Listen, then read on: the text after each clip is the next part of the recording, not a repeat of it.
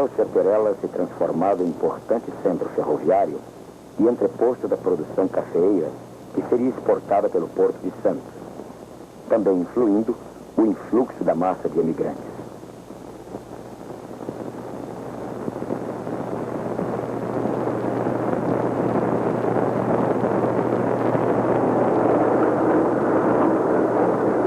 Os primeiros anos do século assistem à urbanização da velha burguesia rural e ao surgimento da burguesia financeira e industrial. A expansão e diversificação das classes médias e ao surgimento de uma classe até então desconhecida, o proletariado urbano. Proletariado este constituído na sua maior parte de emigrantes com preponderância de italianos. E da Genova il Sirio partivano per l'America varcare i confini, e da bordo cantar si sentivano tutti allegri del suo destino. Urso il Sirio As dificuldades a partir para o Brasil. la misera, padri e madri abbracciava i suoi figli. Embarcavam, atraídos pelo enorme aparato de propaganda montado em toda a Itália pelos fazendeiros paulistas necessitados de mão de obra para suas plantações. Vinham com a esperança de melhorar suas vidas comprando um bom lote de terra. Entretanto, os fazendeiros, a quem não interessava o surgimento de uma classe de pequenos proprietários, frustrariam seus sonhos dificultando ao máximo o seu acesso à propriedade da terra. Dando a tucidra, A impossibilidade de comprar a terra sonhada, as dificuldades para economizar e os maus tratos recebidos nas fazendas fizeram com que os imigrantes se transferissem para os centros urbanos. Italianos, espanhóis e portugueses constituiriam em 1901 uma força de trabalho de 50 mil pessoas ao serviço da industrialização da cidade de São Paulo.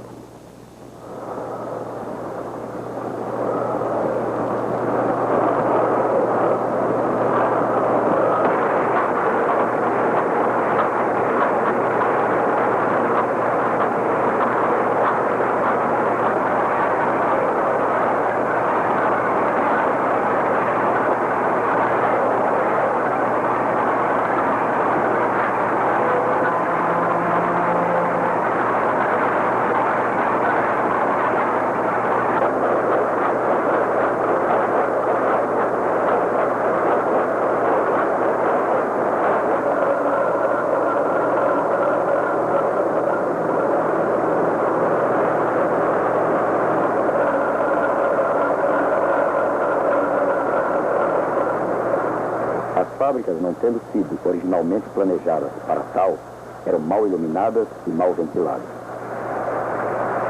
Correias e engrenagens giravam sem proteção alguma.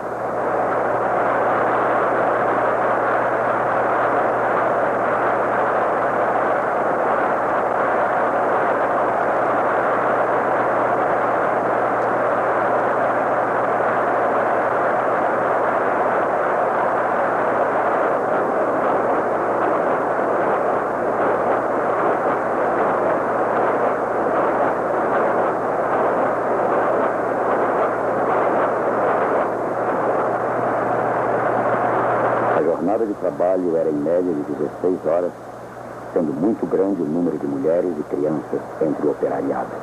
As crianças trabalhavam 11 horas por dia e eram constantes os maus tratos pelos erros cometidos. Os salários eram baixíssimos, flutuando conforme as necessidades do empregador, não existindo o salário mínimo.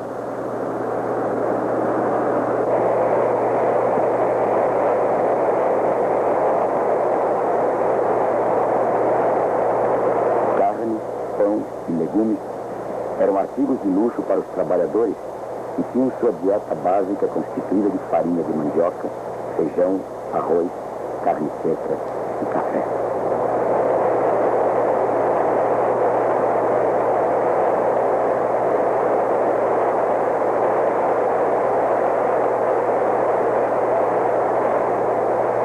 É assim que o trabalhador, desprotegido nos acidentes de trabalho e nas velhices, começa a sentir a necessidade de agrupar-se. Dentro de um critério de autodefesa, uniram-se operários de diversas profissões, constituindo caixas beneficentes e associações de mútuo socorro.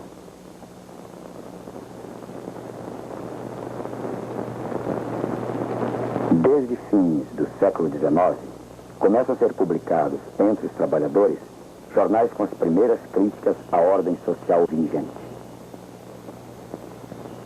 À frente da maioria desses jornais estão elementos formados politicamente nas concepções libertárias e que haviam chegado ao Brasil entre os emigrantes. Os jornais escritos em italiano ou português se constituíram em centros organizatórios anarquistas e de difusão da sua propaganda. Igualdade. Diante dos meios de produção e consumo, uma mesma possibilidade de expansão para todos os homens. Eis o meu sonho de igualdade. Primeiro, facilitar aos indivíduos os meios necessários para o seu livre desdobramento. Terras, máquinas, alimentos e bibliotecas. E depois deixar que ele se desenvolva na medida de suas energias. Nada disso hoje se vê. Mas o futuro dirá se isto é realidade ou loucura. Até o início dos anos 20, o anarquismo se converteria na principal corrente organizatória da classe operária paulista.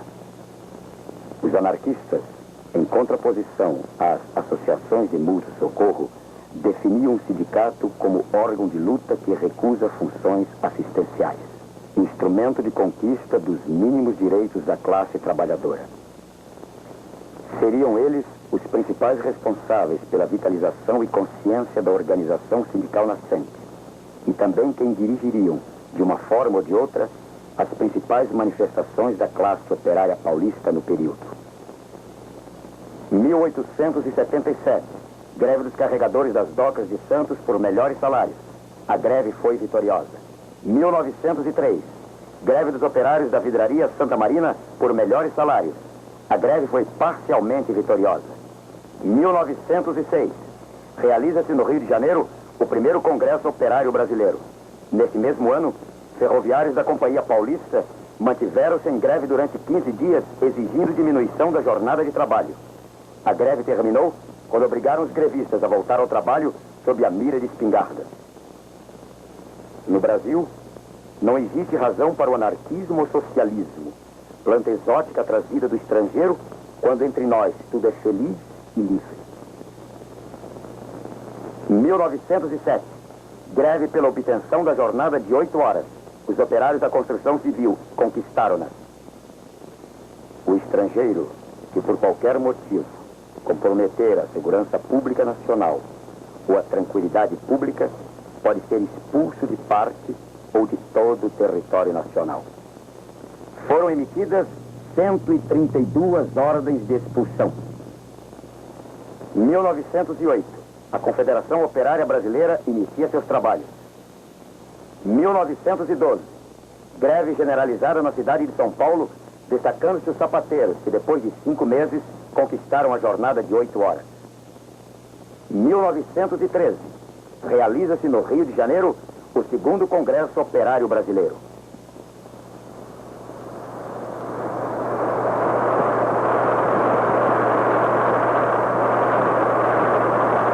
A crise internacional iniciada em meados de 1913, agravando-se no curso do ano seguinte com a deflagração do conflito mundial, tem um grande impacto no Brasil.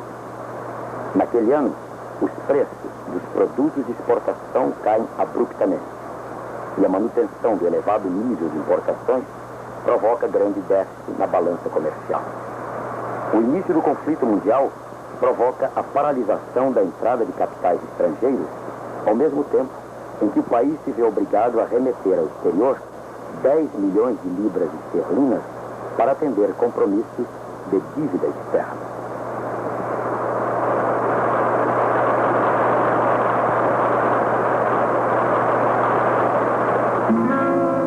Quem de 3 tira 90, adivinha quanto fica. Essa conta é que atormenta, que infeza e mortifica os pobres, os proletários, nesse jogo de entremeio.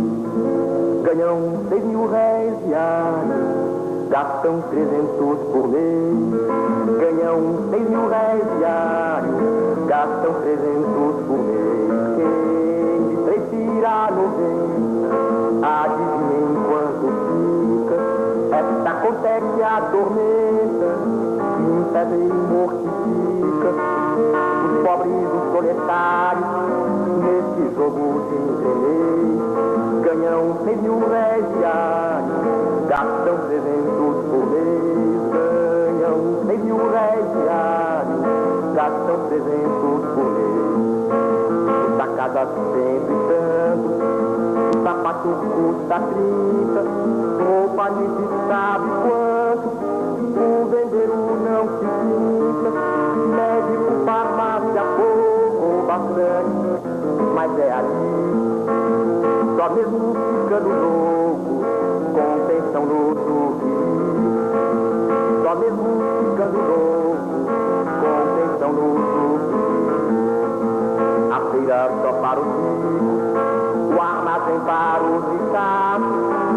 Se houvesse ao menos um rico, tivéssemos 4 braços, trabalhava inteiro, a noite cai-se no chão. Essa vida sem Deus, não é de homem, é de cão. Essa vida sem Deus, não é de homem, é de cão. Quem de 3 tira 90, adivinhem quanto. Ao longo de um ano e meio de crise, a atividade industrial declina e o desemprego se generaliza. Calcula-se entre 15 mil e 20 mil pessoas o número de desempregados em São Paulo naquela época. A partir de 1915, o custo de vida sofre uma elevação sem precedentes que não é acompanhada por um aumento dos salários. Os trabalhadores reagem a essa situação formando associações de classe ou correndo a engrossar as já existentes. Multiplicam-se os comícios públicos de denúncia da penúria da classe operária. Ganham 6 mil réis diários, gastam 300 por mês. Ganham 6 mil réis diários, gastam 300 por mês. Ganham 6 mil réis diários. Como medida paliativa, começam a ser distribuídas sopas e pães nos bairros pobres. Porém, os militantes anarquistas não se satisfazem e continuam seu protesto. Caridade é sarcasmo e burla. Em torno desta palavra, quanta hipocrisia. Cessão do roubo, a fome em rebeldia, participa do escárnio e do suborno. Subreptícia, em requintes de ironia, ao touro da revolta embola o corno. Liga é que abafa, num silêncio morno, o protesto da inópia que surgia. A queda do nível de vida atinge seu ponto mais agudo no início de 1917. Desde os primeiros meses do ano, as reivindicações vão se fazendo notar. O surgimento do jornal A Plebe é reflexo dessa nova etapa que começa a surgir. O cotonifício cresce, grande empresa de fiação e tecelagem de algodão, com mais de 2.000 trabalhadores, é centro de prolongados conflitos. A 9 de junho, a decisão patronal prolongando o serviço noturno é respondida com a exigência de aumento salarial. Uma seção da fábrica, abrangendo 400 trabalhadores, entra em greve e as reivindicações se ampliam. Abolição das multas, regulamentação do trabalho de mulheres e crianças, modificação do regime interno da empresa, supressão da contribuição pró-pátria. Cresp recusa-se a acolher as exigências e paralisa a fábrica.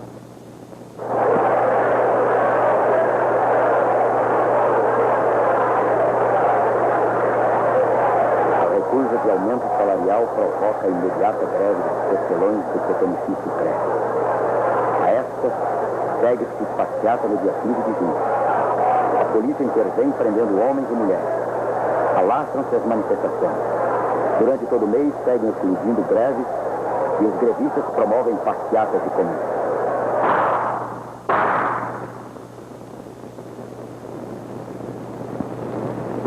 Na manhã de 9 de julho, no enfrentamento entre operários e cavalerianos da força pública, o sapateiro anarquista Antônio Martínez é ferido, vindo a falecer no dia seguinte.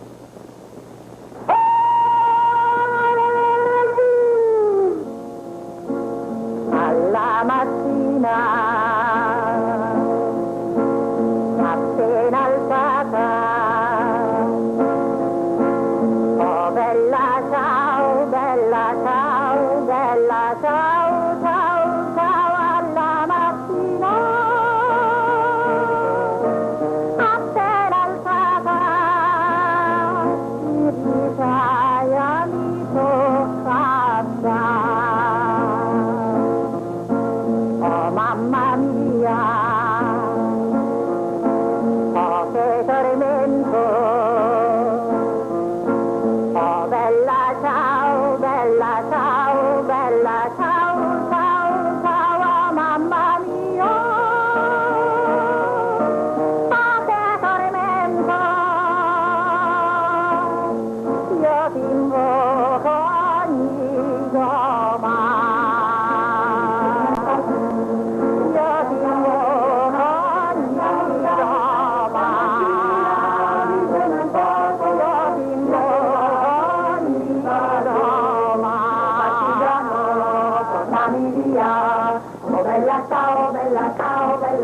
A paralisação se estende. O enterro do jovem Martínez simboliza o momento de passagem de uma grande greve para uma paralisação geral da cidade. O número de grevistas cresce rapidamente de 15 para 25 e 45 mil pessoas.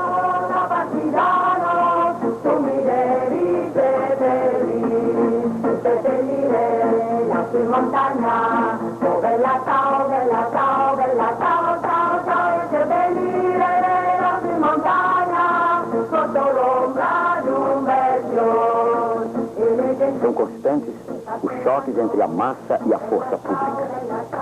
7.000 milicianos são deslocados do interior para a capital do estado e cruzadores são enviados ao Porto de Santos. Entretanto, a repressão não podia suprir a necessidade de entendimentos para pôr fim à greve geral. São iniciadas conversações com os industriais visando obter as reivindicações apresentadas pelos grevistas através do Comitê de Defesa Proletária. Aumento salarial de 35%. Proibição do trabalho de menores de 14 anos. Abolição do trabalho noturno para mulheres. Acréscimo de 50% nas horas extras. Respeito ao direito de associação. Libertação dos grevistas presos. Permanência no emprego dos grevistas presos. Através de demoradas negociações, o comitê consegue obter dos empresários a promessa de aumento de 20% nos salários. Respeito dos direitos operários. Não dispensa dos grevistas. Libertação dos presos durante a greve e fiscalização do trabalho de menores.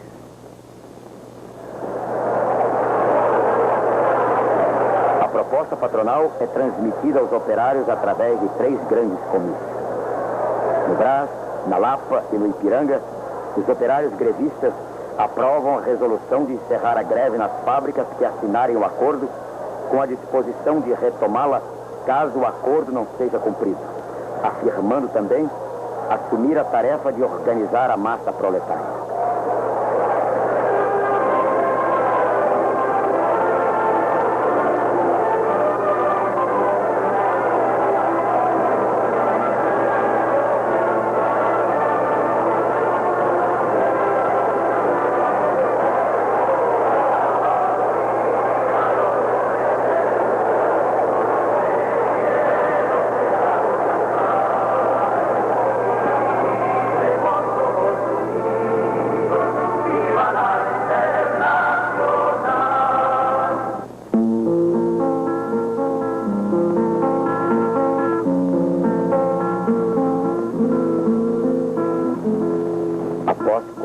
5 dias, recomeça em São Paulo a vida cotidiana.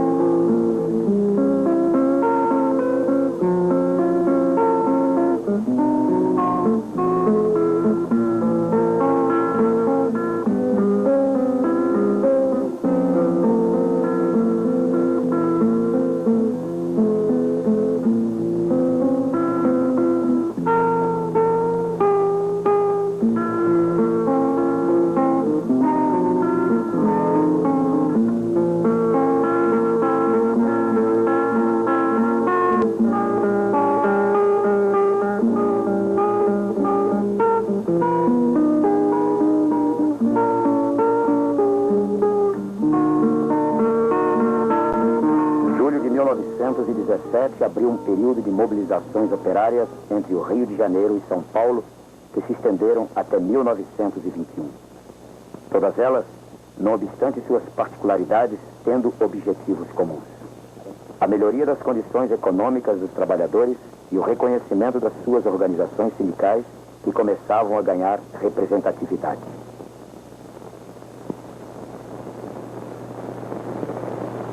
Em 1919, um mundo convulsionado deu origem a crescentes esperanças entre os militantes operários e ao temor entre as classes dominantes. As mobilizações operárias passaram a ser consideradas obra de uma conspiração internacional. Os empresários, pela primeira vez, empreendem ofensiva organizada contra o operariado. Utilizando-se da lei de expulsão de estrangeiros, inúmeras prisões e deportações das lideranças operárias são realizadas. Os jornais e associações operárias são fechados e seus responsáveis perseguidos, visando impedir que fossem empregados em qualquer indústria do estado de São Paulo. Os operários mais combativos são relacionados nas listas negras. Assim, o movimento operário entra em uma longa depressão que se estende por toda a década de 20. As lideranças anarquistas foram lentamente perdendo prestígio na medida em que não se criaram condições que garantissem as mínimas conquistas alcançadas.